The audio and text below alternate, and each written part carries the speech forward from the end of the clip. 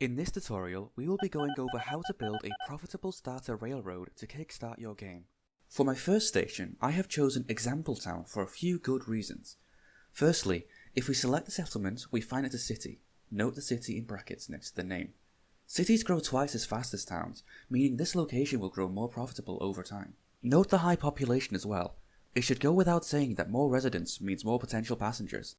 Also notice the lovely gap that allows us to build a station quite close to the centre. It is very important to build close to the centre of the city, or at least cover as much of the city as you can. By enabling a coverage area highlight, we can see a blue box is formed. Anything within this blue box is within range of your station, so you want to get as many houses in here as possible. If you find yourself building stations like this, but are always wondering why they make no money, this is often why. You can press Ctrl and X to enable the transparency options. This enables us to get a clear view of the city. We can see when building the station, we cover a decent number of the houses in this city.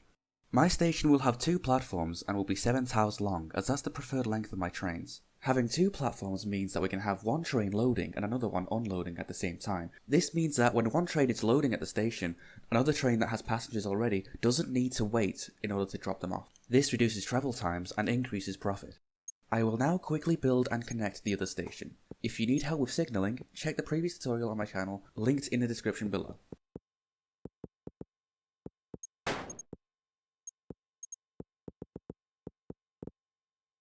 For our trains, I'm going to select the depot at the larger of the 2 cities, for reasons that will become apparent later. I'm going to make sure I pick the fastest engine available to me. At this time, that would be the Ginzu. Clicking on the city, we can see that the ratio of passengers to mail is roughly 2 to 1.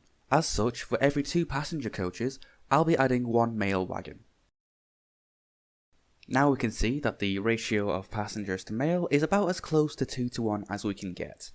I'm going to rename this train as personal preference, and then I'm going to add the 2 stations to its orders list. You can see the order list by clicking on the train and then selecting the orange arrow. A good trick is to have the train full load at the larger of the 2 cities, but not at the other.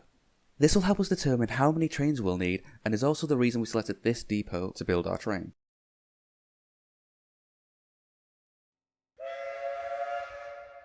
Now that our first train has set off, we're going to clone this one by holding down Ctrl, pressing the clone button and clicking on our train. Holding down Ctrl here means that the 2 trains will share orders. This means editing one will also impact the orders of the other, but also means that this train will also have the old train's orders. You won't need to manually set the orders again. Our first train has arrived. We can see it makes a nice tidy profit of about 20 grand on its first journey. Not bad at all. Since it's going to be a little while before our next train arrives at the station, I think it's safe to add a 3rd train to this line. By the way, don't be scared to borrow a little bit more money from the bank. The loan really doesn't cost that much.